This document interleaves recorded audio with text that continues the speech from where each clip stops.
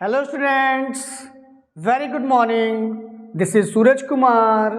Welcome to my YouTube channel Learning with Suraj Sir. Dear students, आज के video में मैं आपको बताऊंगा active voice and passive voice में फ्यूचर इंडेफिनिट टेंस के इंटेरोगेटिव सेंटेंस के WH टाइप क्वेश्चन के बारे में।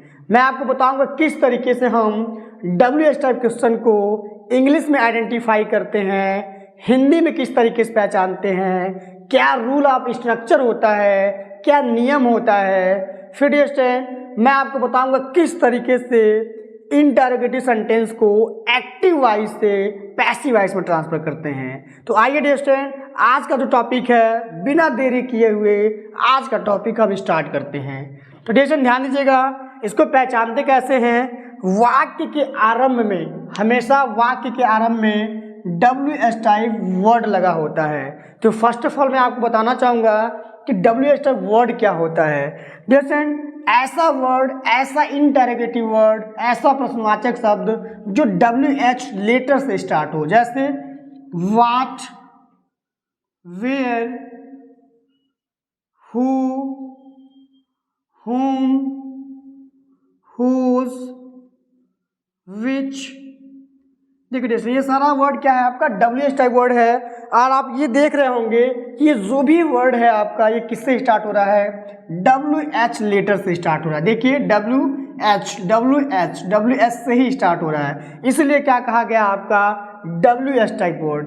जैसे WH टाइप वर्ड में हमेशा आपका ये इंटरोगेटिव वर्ड होते हैं, ये प्रश्नवाचक शब्द होते हैं, और हमेशा आपका WH टाइप वर्ड से ये सेंटेंस स्टार्ट होते हैं। जैसे हिंदी की अगर बात करें तो ध्यान दीजिएगा, ये जो WH टाइप वर्ड होते हैं, कब, क्यों, कैसे, कहाँ, कितना, कितनी, कौन सा, कौन सी, ये जो प्रश्नवाचक शब्द हैं, यही आपके क्या होते हैं WH टाइप वर्ड कहलाते हैं। तो हम क्या करें कि फर्स्ट ऑफ ऑल हम WH टाइप वर्ड का प्रयोग करते हैं। फिर सब्जेक्ट को आपको देखना है, सब्जेक्ट पे आपको फोकस करना है।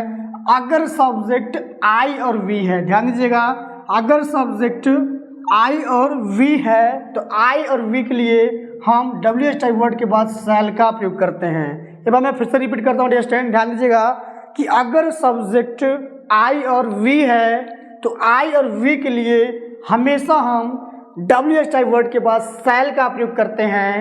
अगर I V के अलावा कोई दूसरा सब्जेक्ट आता है तो उसके लिए क्या करते हैं, विल का प्रयोग करते हैं।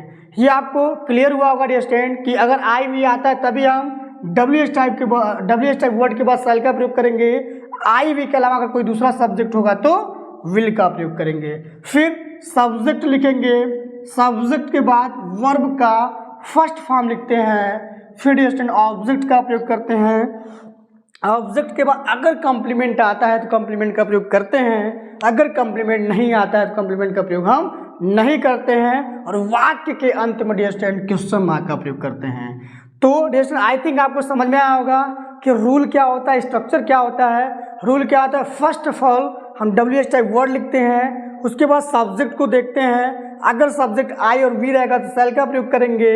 I V के अलावा अगर दूसरा कोई सब्जेक्ट होगा तो विल का प्रयोग करेंगे। फिर सब्जेक्ट का प्रयोग करेंगे, सब्जेक्ट के बाद वर्ब का फर्स्ट फॉर्म लिखते हैं, उसके बाद ऑब्जेक्ट का प्रयोग करेंगे, ऑब्जेक्ट के बाद इंटरोगेटिव मार्क का प्रयोग करते हैं। तो ये इंग्लिश में पहचानने का रूल रहा। अब हिंदी में कैसे पहचानते हैं, तो ध्यान दीजिएगा, हिंदी में जो पहचानने का तरीका होता है, वाक्य के बीच में कब, क्यों, कहाँ, कितना, कितनी, कौन सा, कौन सी के जैसे क्रिया के अंत में ये शब्द आएंगे, और क्रिया के अंत में अगर गा आए, गे आए, गी आए, तो ऐसे कंडीशन में फ्यूचर इंडेफिनिट टेंस का, इंटरोगेटिव सेंटेंस का WH टाइप क्वेश्चन कहलाता है। एक बार मैं फिर से रिपीट करता हूँ, ध्यान दीजिएगा कि अगर वाक्य के बीच में कब, क्यों, कैसे, कहाँ, कितना, कितनी, कौन सा, कौन सी आए, और वाक्य के क्रिया के अंत में अगर गा, गे, गी शब्द आते हैं तो ऐसे कंडीशन में फ्यूचर इंडेफिनिट टेंस का, इंटरोगेटिव सेंटेंस का WH टाइप क्वेश्चन कहलाता है। तो आई थिंक डियर स्टूडेंट, अब आप हिंदी में भी पहचान लेंगे और इंग्लिश में भी पहचान लेंगे, और जो रूल ऑफ जो रूल है डियर स्टूडेंट, रूल भी आपको बहुत ही अच्छे तरीके से क्लियर हुआ होगा। अब डियर स्टूडेंट मैं आपको बताऊंगा कि क्या वह रूल होता है, क्या वह मैजिकल रूल होता है जिसको हम फॉलो करके बहुत ही आसानी से एक्टिव वॉइस से पैसिव वॉइस में ट्रांसफर करते हैं। तो डियर स्टूडेंट ध्यान दीजिएगा कि जो आपका पैसिव वॉइस होता है, पैसिव वॉइस में क्या होता है कि जो एक्टिव वॉइस में WH टाइप वर्ड होता है उसी WH टाइप वर्ड को हम उतार देते हैं, इसमें हम कोई भी चेंज, कोई भी परिवर्तन नहीं करते हैं। तो WH टाइप वर्ड हम लिखते हैं। WH टाइप वर्ड के बाद स्टूडेंट ध्यान देना है कि हम शैल का प्रयोग करेंगे कि विल का प्रयोग करेंगे। तो स्टूडेंट ये ध्यान देना है कि ये शैल या विल का डिपेंड करता है एक्टिव वॉइस के ऑब्जेक्ट के ऊपर। अगर एक्टिव वॉइस के ऑब्जेक्ट को जब हम सब्जेक्ट के रूप में लिखेंगे तो अगर सब्जेक्ट आई और वी बनता है तो ऐसे कंडीशन में WH टाइप वर्ड के बाद तुरंत हम शैल का प्रयोग करेंगे। ध्यान दीजिएगा, अगर एक्टिव वॉइस का जो ऑब्जेक्ट है जब सब्जेक्ट बनेगा तो सब्जेक्ट के रूप में अगर आई और वी आता है तो शैल का प्रयोग करेंगे। अगर आई वी के अलावा कोई दूसरा सब्जेक्ट बनता है तो ऐसे कंडीशन में हम विल का प्रयोग करेंगे। तो डियर आई थिंक आपको क्लियर हुआ होगा कि शैल और विल का प्रयोग कहाँ करते हैं। इनके बाद जब हम शैल या विल लिख लेते हैं फिर एक्टिव वॉइस के ऑब्जेक्ट को सब्जेक्ट के रूप में लिखेंगे, फिर बी का प्रयोग करेंगे, बी के बाद वर्ब का थर्ड फॉर्म लिखेंगे, उसके बाद बाई का प्रयोग करते हैं, बाई के बाद एक्टिव वॉइस का जो सब्जेक्ट है पैसिव वॉइस में ऑब्जेक्ट के रूप में लिखेंगे और वाक्य के अंत में क्वेश्चन मार्क का प्रयोग करेंगे। तो डियर एक बार मैं रिपीट कर देता हूँ कि first of all WH type word लिखते हैं जैसा कि जो एक्टिव वॉइस में दिया होगा, फिर शैल या विल का प्रयोग करते हैं एक्टिव वॉइस के ऑब्जेक्ट के अनुसार, जब जो जैसा सब्जेक्ट बनेगा वैसा ही हम शैल या विल का प्रयोग करेंगे, फिर एक्टिव वॉइस के ऑब्जेक्ट को लिखेंगे सब्जेक्ट के रूप में, फिर बी का प्रयोग करेंगे, बी के बाद वर्ब का थर्ड फॉर्म लिखेंगे, उसके बाद बाई का प्रयोग करेंगे, बाई के बाद एक्टिव वॉइस का जो सब्जेक्ट है उसको ऑब्जेक्ट के रूप में लिखेंगे और वाक्य के अंत में क्वेश्चन मार्क का प्रयोग करेंगे। तो डियर स्टूडेंट मैं उम्मीद करता हूँ जो पैसिव वॉइस का रूल है, पैसिव वॉइस का रूल आपको बहुत ही अच्छे से आपको क्लियर हुआ होगा। अब डियर स्टूडेंट जब हम एक्टिव वॉइस से पैसिव वॉइस में ट्रांसफर करेंगे तो आपको डियर स्टूडेंट आपको बस रूल को फॉलो करना है। जो पैसिव वॉइस का रूल है, पैसिव वॉइस के रूल को फॉलो करना है और बहुत ही आसानी से आप एक्टिव वॉइस से पैसिव वॉइस में ट्रांसफर कर लेंगे। देखिए डियर स्टूडेंट मैं दो चीज़ें बता रहा हूँ, एक आप टेंस को अच्छे तरीके से पहचान ले रहे हैं, रूल समझ जा रहे हैं कि किस टेंस का ये रूल है, रूल भी आप समझ रहे हैं, टेंस भी सीख रहे हैं, टेंस के साथ साथ आप एक्टिव वॉइस से पैसिव वॉइस में ट्रांसफर करना बहुत ही आसानी से आप सीख रहे होंगे। तो आइए डियर स्टूडेंट बिना देरी किए हुए अब हम ट्रांसफर करते हैं एक्टिव वॉइस से पैसिव वॉइस में। तो ध्यान दीजिएगा डियर स्टूडेंट पहला जो सेंटेंस है, पहला सेंटेंस है why will you write a letter, why will you write a letter. तो जैसा कि हमने बताया क्या डियर स्टूडेंट मैं आपको पहचानना सिखाऊंगा कि ये जो सेंटेंस है सेंटेंस किस टेंस में यूज किया गया है। डियर स्टूडेंट कभी भी आप एक्टिव वॉइस से पैसिव वॉइस में ट्रांसफर करेंगे तो फर्स्ट ऑफ ऑल क्या होता है कि सेंटेंस का जो टेंस है, टेंस को आइडेंटिफाई करना होता है कि जो सेंटेंस दिया हुआ है किस टेंस में आपका प्रयोग हुआ है। तो डियर स्टूडेंट सेंटेंस क्या है आपका, जैसा कि हमने बताया कि एक्टिव वॉइस में अगर WH टाइप वर्ड आए, ये वाई क्या है आपका WH टाइप वर्ड है, अगर WH टाइप वर्ड आए और सब्जेक्ट के अनुसार अगर विल या शैल का प्रयोग हो, जैसा कि यहाँ यू का प्रयोग हुआ है इसलिए क्या हुआ है विल का प्रयोग हुआ है। फिर ये क्या सब्जेक्ट है, सब्जेक्ट के अनुसार अगर विल या शैल का प्रयोग होता है और सब्जेक्ट आता है, सब्जेक्ट के बाद अगर वर्ब का फर्स्ट फॉर्म आता है और ऑब्जेक्ट आता है तो ऐसे कंडीशन में डियर स्टूडेंट क्या कहलाता है, फ्यूचर इंडेफिनिट टेंस का इंटरोगेटिव सेंटेंस का WH टाइप क्वेश्चन कहलाता है। बहुत आसान है डियर स्टूडेंट, मैं उम्मीद कर रहा हूँ आपको बहुत ही अच्छे तरीके से समझ में आ रहा होगा। देखिए डियर स्टूडेंट अगर हिंदी की बात करें तो हिंदी में क्या रहा है क्या कि तुम एक पत्र क्यों लिखोगे, तुम एक पत्र क्यों लिखोगे। अब डियर स्टूडेंट देखिए वाक्य के बीच में आपका क्यों आया है और क्रिया के अंत में क्या आया है आपका गा आया है। बस आपको ये ध्यान देना है अगर वाक्य के बीच में कब, क्यों, कैसे, कहाँ, कितना, कितनी, कौन सा, कौन सी और क्रिया के अंत में गा, गे, गी आता है तो ऐसे कंडीशन में फ्यूचर इंडेफिनिट टेंस का इंटरोगेटिव सेंटेंस का WH टाइप क्वेश्चन कहलाता है। तो डियर स्टूडेंट आई थिंक आपको समझ में आया होगा, आप सेंटेंस को बहुत ही आसानी से पहचान ले रहे होंगे, आप ट्रांसलेट कर ले रहे होंगे इंग्लिश से हिंदी में। और स्टूडेंट अब हम जानते हैं कि इस सेंटेंस में कौन कौन सा इसका पार्ट यूज किया गया है। तो स्टूडेंट WH टाइप क्या है, ये आपका WH टाइप वर्ड है, इंटरोगेटिव वर्ड है, इंटरोगेटिव वर्ड है स्टूडेंट। विल क्या है आपका हेल्पिंग वर्ब है, यू सब्जेक्ट है, राइट क्या है वर्ब का मेन वर्ब का फर्स्ट फॉर्म है, और लेटर क्या आपका ऑब्जेक्ट है। देखिए वाई आपका इंटरोगेटिव वर्ड है, विल हेल्पिंग वर्ब है, यू सब्जेक्ट है, राइट मेन वर्ब का फर्स्ट फॉर्म है, और लेटर क्या आपका ऑब्जेक्ट है। अब आप पार्ट ऑफ द सेंटेंस भी आप जान गए हैं। अब स्टूडेंट अब इसको ट्रांसफर करते हैं एक्टिव वॉइस से पैसिव वॉइस में। तो देखिए स्टूडेंट हमने क्या बताया था, आपको केवल रूल को ही देखना है। रूल में क्या है, WH टाइप वर्ड है, हम क्या करेंगे WH टाइप वर्ड को जो एक्टिव वॉइस में दिया है WH टाइप वर्ड को उतार देंगे। तो क्या है वाई का प्रयोग किया हमने, फिर WH टाइप वर्ड हमने लिख लिया, फिर शैल या विल का प्रयोग करेंगे किसको देखकर, एक्टिव वॉइस के ऑब्जेक्ट को देखकर। ऑब्जेक्ट क्या है आपका, ऑल लेटर है, क्या है ऑल लेटर है। तो हमने क्या बताया, अगर आई भी रहता तभी हम शैल का प्रयोग करते, तो आई भी के अलावा अगर दूसरा सब्जेक्ट आता तो हम क्या करेंगे विल का प्रयोग करेंगे। तो क्या लिखेंगे will why will a letter. अब क्या लिखेंगे एक्टिव वॉइस के ऑब्जेक्ट को अ लेटर के बाद हम क्या करेंगे बी लिखेंगे। रूल को ही आपको देखना है, बी का प्रयोग करेंगे, बी के बाद वर्ब का थर्ड फॉर्म, राइट आपका मेन वर्ब का फर्स्ट फॉर्म है, सेकेंड फॉर्म रोट होता है, रिटन जो होता है क्या होता है वो आपका थर्ड फॉर्म होता है। क्या लिखेंगे रिटेन, फिर बाई का प्रयोग करेंगे, बाई के बाद एक्टिव वॉइस का जो सब्जेक्ट है, सब्जेक्ट क्या आपका यू है, पैसिव वॉइस में इसको ऑब्जेक्ट के रूप में लिखेंगे। तो डियरेक्शन यू का ऑब्जेक्ट यू ही होता है, इसमें कोई चेंज नहीं होता है। क्या लिखेंगे यू, और अंत में क्वेश्चन मार्क का प्रयोग। देखिए why will a letter be written by you. देखिएगा हमने WH टाइप वर्ड को लिखा है, उसके बाद एक्टिव वॉइस का ऑब्जेक्ट को सब्जेक्ट के रूप में लिखा है, और इसी के अनुसार हमने विल का प्रयोग किया है, फिर ऑब्जेक्ट को लिखा है, ऑब्जेक्ट का बी का प्रयोग किया गया है, बी के बाद वर्ब का थर्ड फॉर्म लिखा गया है, फिर बाई का प्रयोग किए हैं, बाई के बाद एक्टिव वॉइस का जो सब्जेक्ट है हमने क्या किया है ऑब्जेक्ट के रूप में लिखा है। तो स्टूडेंट मैं उम्मीद करता हूँ आपको समझ में आ रहा होगा और आपको बहुत ही आसान लग रहा होगा।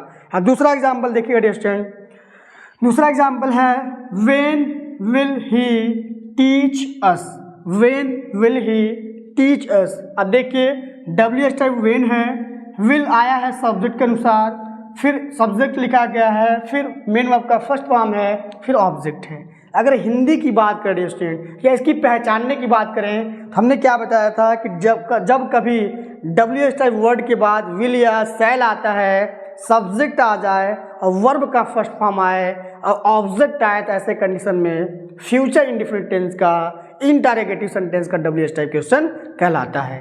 तो डिफरेंट सेंटेंस को देखते ही आप आइडेंटिफाई कर ले रहे होंगे, पहचान ले रहे होंगे कि ये जो सेंटेंस है क्या है WH टाइप है। किसका WH टाइप है, फ्यूचर इंडेफिनिट टेंस का। तो हिंदी क्या हुआ स्टूडेंट, कह रहे कि when will he teach us, वह हमें कब पढ़ाएंगे, वह हमें कब पढ़ाएंगे। अब हिंदी भी जान गए, अब हम जानते हैं पार्ट ऑफ द सेंटेंस क्या है इसमें। व्हेन जैसा कि ये क्या है आपका इंटरोगेटिव वर्ड है, क्वेश्चन वर्ड है, विल हेल्पिंग वर्ब है, ही सब्जेक्ट है, टीच मेन वर्ब का फर्स्ट फॉर्म है या वर्ब है, अस क्या एडिशनल ऑब्जेक्ट है।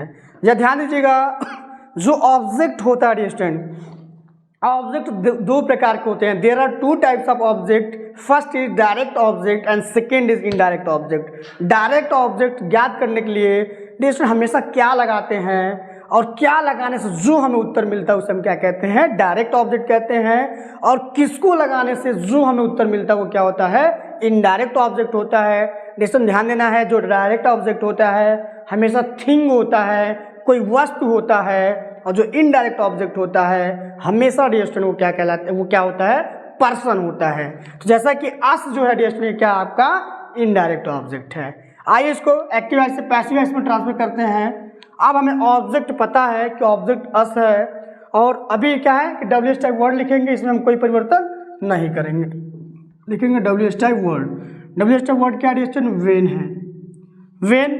फिर ऑब्जेक्ट अस है, अस ऑब्जेक्ट है, जब इसको सब्जेक्ट बनाते हैं तो अस का क्या होता है? वी होता है। अब हमें पता चल गया है कि वी है, तो वी के लिए हमेशा क्या होता है? सेल का प्रयोग करते हैं, सेल। फिर वी लिखेंगे, वी के बाद बी का प्रयोग करेंगे। रूल में देखिएगा, एक्टिव वॉइस का ऑब्जेक्ट को सब्जेक्ट बनाया, फिर बी लिखेंगे, बी के बाद वर्ब का third form teach first form है, सेकेंड फॉर्म टाट होता है, थर्ड फॉर्म भी आपका टाट ही होता है। क्या लिखेंगे? टाट। फिर बाई का प्रयोग करेंगे, बाई के बाद एक्टिव वॉइस का जो सब्जेक्ट है, सब्जेक्ट क्या आपका ही है, पैसिव वॉइस में ऑब्जेक्ट के रूप में लिखेंगे, तो ही का क्या होगा? हिम होगा। अंत में क्वेश्चन मार्क का प्रयोग करेंगे। When shall we be taught by him. बहुत आसान है डियर स्टूडेंट, केवल आपको रूल को देखना है और रूल को देखकर बहुत ही आसानी से आप एक्टिव वॉइस से पैसिव वॉइस में ट्रांसफर कर लेंगे। अगला एग्जांपल है where shall we play cricket. Where shall we play cricket, it means हम क्रिकेट कहाँ खेलेंगे, हम क्रिकेट कहाँ खेलेंगे। अब पार्ट ऑफ द सेंटेंस देखते हैं। आपका वेयर क्या है? इंटरोगेटिव वर्ड है, शैल हेल्पिंग वर्ब है, वी सब्जेक्ट है, प्ले मेन वर्ब का फर्स्ट फॉर्म है, क्रिकेट ऑब्जेक्ट है। तो डियर स्टूडेंट, अब हमें पार्ट ऑफ द सेंटेंस भी पता चल गया कि क्या क्या यूज किया गया है। पैसिव वॉइस में जब ट्रांसफर करेंगे तो जो WH टाइप वर्ड इसमें कोई चेंज नहीं करेंगे। क्या लिखेंगे? वेयर। वेयर एक्टिव वॉइस का ऑब्जेक्ट क्या है? क्रिकेट है, तो क्रिकेट के लिए हम क्या करेंगे? विल का प्रयोग करेंगे। Where will cricket, where will cricket be. Be verb का थर्ड फॉर्म, मेन वर्ब का थर्ड फॉर्म लिखेंगे। प्ले क्या है आपका? मेन वर्ब का फर्स्ट फॉर्म है, सेकेंड फॉर्म प्लेड होता है, थर्ड फॉर्म भी आपका प्लेड ही होता है। तो क्या लिखेंगे? प्लेड बाई एक्टिव वॉइस का सब्जेक्ट क्या है आपका? वी है, सब्जेक्ट को हम क्या बनाएंगे? ऑब्जेक्ट के रूप में लिखेंगे, तो वी का क्या होता है डियर स्टूडेंट? अस होता है। और अंत में क्वेश्चन मार्क का प्रयोग करेंगे। Where will cricket be played by us. मैं उम्मीद कर रहा हूँ डियर स्टूडेंट आपको समझ में आ रहा होगा। अगला एग्जाम्पल देखिएगा। अगला एग्जाम्पल है when will they wash the clothes. When will they wash the clothes, वे कपड़े कब धोएंगे, वे कपड़े कब धोएंगे। अब पार्ट ऑफ द सेंटेंस क्या है इसमें? वेन इंटरोगेटिव वर्ड है, विल हेल्पिंग वर्ब है, दे सब्जेक्ट है, वॉश मेन वर्ब का फर्स्ट फॉर्म है, द क्लॉथेज क्या है आपका? ऑब्जेक्ट है। अब जैसे हम इसको पैसिव वॉइस में ट्रांसफर करते हैं, जैसा कि WH टाइप वर्ड में हम कोई चेंज नहीं करेंगे, वेन को हम वेन ही लिखेंगे, वेन। फिर ऑब्जेक्ट द क्लॉथेज है, क्लॉथेज द क्लॉथेज में भी हम कोई चेंज नहीं करेंगे। अगर डियर स्टूडेंट आई वी रहता ऑब्जेक्ट की जगह पे, अस रहता या मी रहता तो सब्जेक्ट आई और वी बनता, तो उसके लिए हम शैल का प्रयोग करते हैं। लेकिन यहाँ पे क्या है आपका? द क्लॉथेज है, और द क्लॉथेज के लिए क्या करेंगे? विल का प्रयोग करेंगे।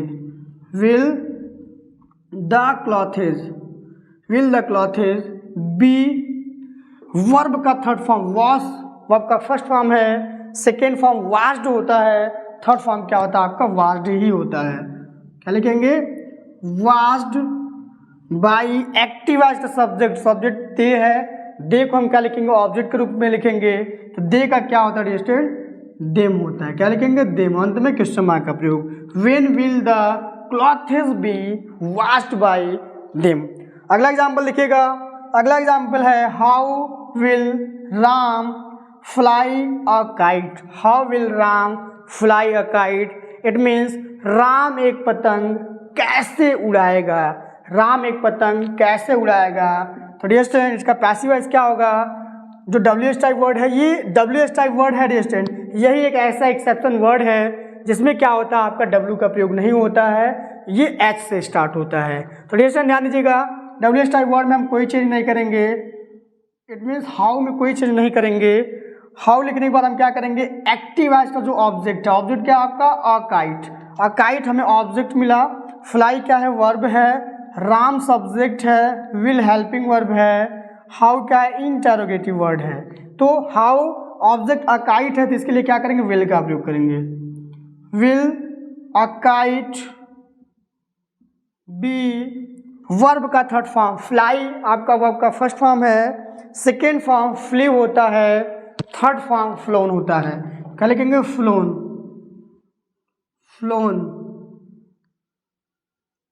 Phloem by active as subject, subject क्या आपका राम है, पैसिव एज में ऑब्जेक्ट बनेगा, जैसा कि नाउन है, नाउन में कोई चेंज नहीं होता है तो हम क्या करेंगे, राम का ही प्रयोग करेंगे और अंत में क्वेश्चन मार्क का प्रयोग करेंगे। How will a kite be flown by Ram. अगला एग्जाम्पल देखिएगा, why will the teacher beat us, why will the teacher beat us. Dear student, ये इस टॉपिक का लास्ट एग्जाम्पल है, सो ध्यान से देखिएगा।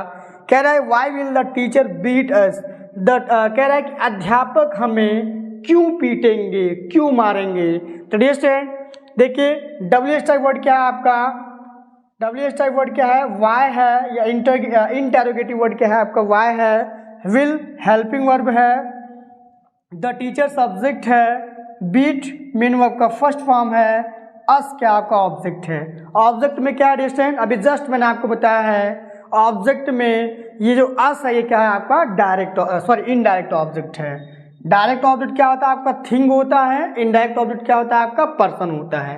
तो ऑब्जेक्ट हमें अस मिला और अस किसका ऑब्जेक्ट है, वी का है। तो पहले इंटरोगेटिव वर्ड लिखेंगे वाई, अब अस का क्या होता है, वी, सब्जेक्ट क्या होता है आपका, वी होता है। तो वी के लिए हम क्या करेंगे, शैल का प्रयोग करेंगे, shall, why shall we be, beat का जो थर्ड फॉर्म होता है क्या होता है आपका, बीटेन होता है। क्या लिखेंगे, बीटेन। फिर बाई का प्रयोग करेंगे, बाई के बाद एक्टिव एज जो सब्जेक्ट है, सब्जेक्ट तो आपका द टीचर है और ये नाउन है तो हम इसमें कोई चेंज नहीं करेंगे, द टीचर, अंत में क्वेश्चन मार्क का प्रयोग करेंगे, why shall we be beaten by the teacher. तो डियर स्टूडेंट, मैं उम्मीद करता हूँ आज का जो मैंने टॉपिक बताया, आज मैंने आपको बताया active voice and passive voice में जो फ्यूचर इंडिफिनिट टेंस का इंटरोगेटिव सेंटेंस है, WH टाइप क्वेश्चन है, किस तरीके से हम इंग्लिश में आइडेंटिफाई करते हैं, हिंदी में कैसे पहचानते हैं, मैंने रूल के बारे में मैंने आपको बताया।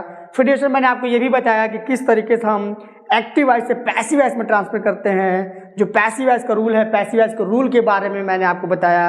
और मैंने आपको ये भी बताया कि किस तरीके से पैसिव वॉइस के रूल को स्टेप बाय स्टेप हम फॉलो करते हैं और बहुत ही आसानी से एक्टिव वॉइस से पैसिव वॉइस में ट्रांसफर कर लेते हैं। तो डियर स्टूडेंट, मैं उम्मीद करता हूँ कि आज का जो टॉपिक रहा आपको बहुत ही अच्छे तरीके से समझ में आया होगा। आपके लिए मैं उम्मीद करता हूँ ये जो टॉपिक है आपके लिए बेनिफिशियल होगा। और डियर स्टूडेंट, अगर अभी तक आपने हमारा जो पिछला वीडियो में मैंने जो बताया है आपको active voice and passive voice में फ्यूचर इंडिफिनिट टेंस के नेगेटिव, पॉजिटिव और इंटरोगेटिव सेंटेंस के यस और नो टाइप क्वेश्चन के बारे में अगर अभी तक आपने नहीं देखा है तो मैं डिस्क्रिप्शन बॉक्स में इन टेंसेस का, इन एक्टिव वॉइस पैसिव वॉइस का मैं लिंक दे दूंगा डियर स्टूडेंट, जिससे आप बहुत ही आसानी से उन वीडियोज़ को आप देख सकते हैं। डियर स्टूडेंट, अगर अभी तक आपने हमारे चैनल को सब्सक्राइब नहीं किया है तो डियर स्टूडेंट, हमारा जो चैनल है लर्निंग विद सूरज सर, ये ऐसा चैनल है जिस पर free of cost English grammar पढ़ाया जाता है। और अगर आप बोर्ड एग्जाम की तैयारी कर रहे हैं या कॉम्पिटिटिव लेवल का एग्जाम की तैयारी कर रहे हैं तो ऐसे कंडीशन में भी ये जो चैनल है आपके लिए बहुत ही ज़्यादा बेनिफिशियल है। डियर स्टूडेंट, अगर इस टॉपिक से रिलेटेड किसी भी प्रकार की आपको दिक्कत आती है तो आप कमेंट के ज़रिए आप कमेंट कर सकते हैं और अपने प्रॉब्लम को बता सकते हैं कि ये जो टॉपिक, इस टॉपिक में मुझे यहाँ पर प्रॉब्लम आ रहा है। तो डियर स्टूडेंट, आपके कमेंट के लिए, आपके फीडबैक के लिए डियर स्टूडेंट बहुत बहुत धन्यवाद रहेगा। और डियर स्टूडेंट, हमारे साथ बने रहने के लिए थैंक यू वेरी मच।